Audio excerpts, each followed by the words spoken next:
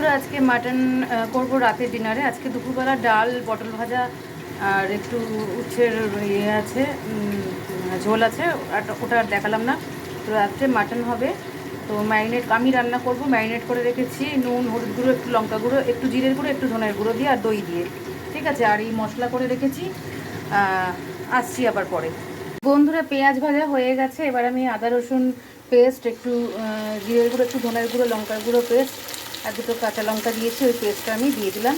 এবার একটু মশলাটা কষানোর সময়, কষানোর পালা, এটা কষানো হয়ে গেলে আবার আমি আসছি।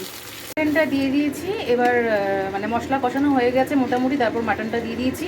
এবার মাটনটা কষানোর পালা, আলু ভেজে তুলে রাখা আছে, ঠিক আছে। হ্যাঁ বন্ধুরা, আমার মাংস রান্না কমপ্লিট। রাত্রে আরেকটু টানিয়ে নেবো গরম মশলা গুঁড়োটা দিয়ে, ঠিক আছে। এখন জাস্ট এই অবস্থায় রেখে দিয়েছি ঢাকা দিয়ে, রাত্রে একটু টানিয়ে নেবো, ঠিক আছে। আমি আজকে অনেক দিন পরে করলাম মাটনটা, মানে কেমন হয়েছে জানি না, সবাই খেয়ে যেটা বলবে সেটাই বুঝতে হবে। আর আমার একটা দোষ আছে, একটু নুন বেশি হয়ে যায়, জানি না, আজকে একটু ভেবে ভেবে দিয়েছি, তাও দেখা যাক সবাই খেয়ে কী বলে। চলো টাটা।